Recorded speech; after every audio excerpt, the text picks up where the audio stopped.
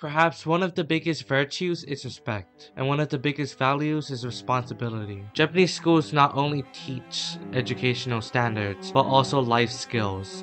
Let's look into the Japanese education system and give our opinions on it. First thing in the morning, Japanese children bow to their teachers. As far as I know, bowing isn't common in many education systems, nor is the fact that respect is given so much to teachers compared to other schools. In my mind, I feel like it's derived from culture and of the past. The Japanese people are respectful, and the signs of respect shown by the people must come from an early teaching of this habit, which I can see is beneficial to them. The whole system is set up to emphasize the development of teachers. Retirement comes at 60 for Japanese educators with a salary of more than $62,000 compared to $53,000 in the US. But in return, teachers are tasked with transforming children into model citizens.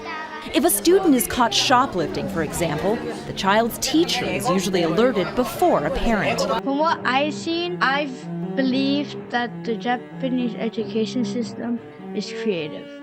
I like the fact that they teach the students about respect and responsibilities.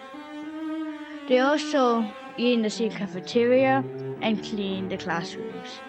And cleaning the building themselves.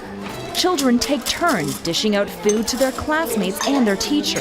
And no one takes a bite until everyone is served. I think the Japanese education system is creative. I like the fact that they talk about respect and responsibility. They also teach the students to be self-reliant, and they invest into good teachers.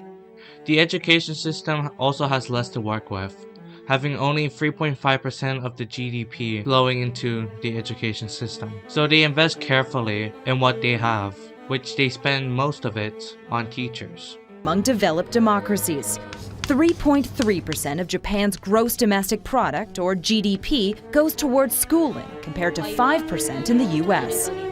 How do they do so much with so little? By investing in top-notch teachers.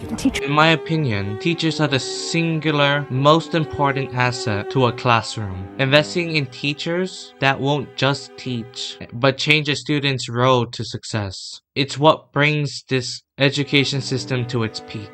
Japan invests greatly on teachers, not only for their ability to instruct, but to lead them ethically and teach them of respect and responsibility. And in my opinion, it should be implemented in education systems around the globe. And as mentioned beforehand, they teach respect, but also responsibility. Responsibility is taught everywhere with tests, homeworks, and studies. Japan's way of teaching responsibility, whether it be serving students or cleaning up after themselves. I see this system benefiting these young children by teaching them how to be independent. It also installs a work ethic and have discipline to keep up to the routine. However, you can question if students are really something to be reliant on when it comes to this. We are talking about children here. Perhaps investing in a professional janitor or lunch servers would do them some good. Japanese schools also have some stress level to it, with the need to join a club and taking placement exams to decide what high school you go to. It should be noted that